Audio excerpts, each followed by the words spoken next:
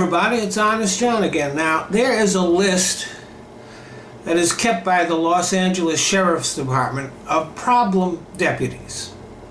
Deputies that have been caught with prostitutes while on duty, having sexual contact with minors, abusing prisoners in their custody, stealing department property, and of course, filing fake reports and lying in statements. So right now there's a case before the California State Supreme Court about whether that list should be turned over to prosecutors. Not to prosecute these deputies, that's not going to happen. But just so the prosecutors will know who they are dealing with. Well, the Sheriff Deputies Union is fighting this. And their argument is this: prosecutors are required to turn over exculpatory evidence to the defense. And by revealing the problems that these deputies have, it could jeopardize hundreds of cases. They are not defending the deputies' behavior. They are not disputing what they did. All they're saying is they don't want anybody to know about it.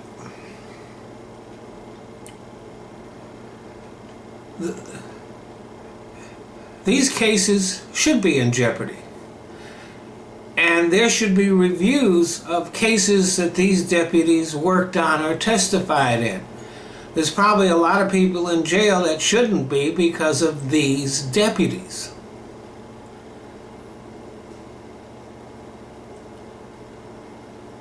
And the union is part of the reason that these deputies are still on the force. They fought to keep them there. Sometimes they even successfully sued the department, forcing the department to return dishonest and disreputable officers to duty.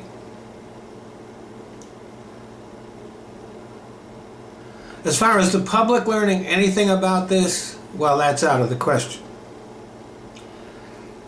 By law, those records are confidential, no matter what is in them. And these kinds of practices are not unique to the city of Los Angeles or the state of California. They happen all over the country and are very common. It's almost impossible to fire a bad cop. And if they do get fired, they often wind up finding jobs with other departments. There's quite a history of that in the New Orleans area and the St. Louis area. And remember the murder of Tamir Rice?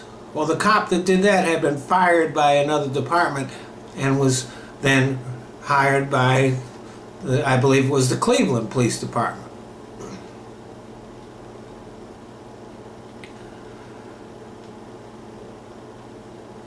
What all this means is that the image that we have is of that the great majority of police are great guys, are good guys, and there's just a few bad apples,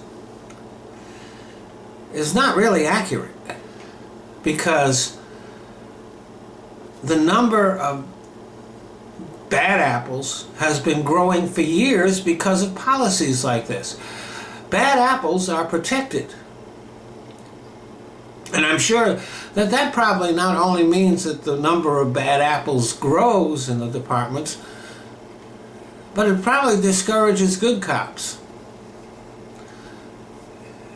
Maybe they might decide to change their career choice. Now, I do believe that there are more good cops than bad cops, but the thing is that with policies like these in place, what it means is you can't trust any cops. In April, I'll be on jury duty. If I wind up on a criminal trial and a policeman or a sheriff's deputy or anybody in law enforcement testifies, I will have to, knowing what I know, I will have to treat that cop's testimony with suspicion, with at least the same amount of skepticism that I would treat anyone else's testimony, maybe a little more. And no juror should accept a law enforcement officer's testimony at face value. Thanks for listening.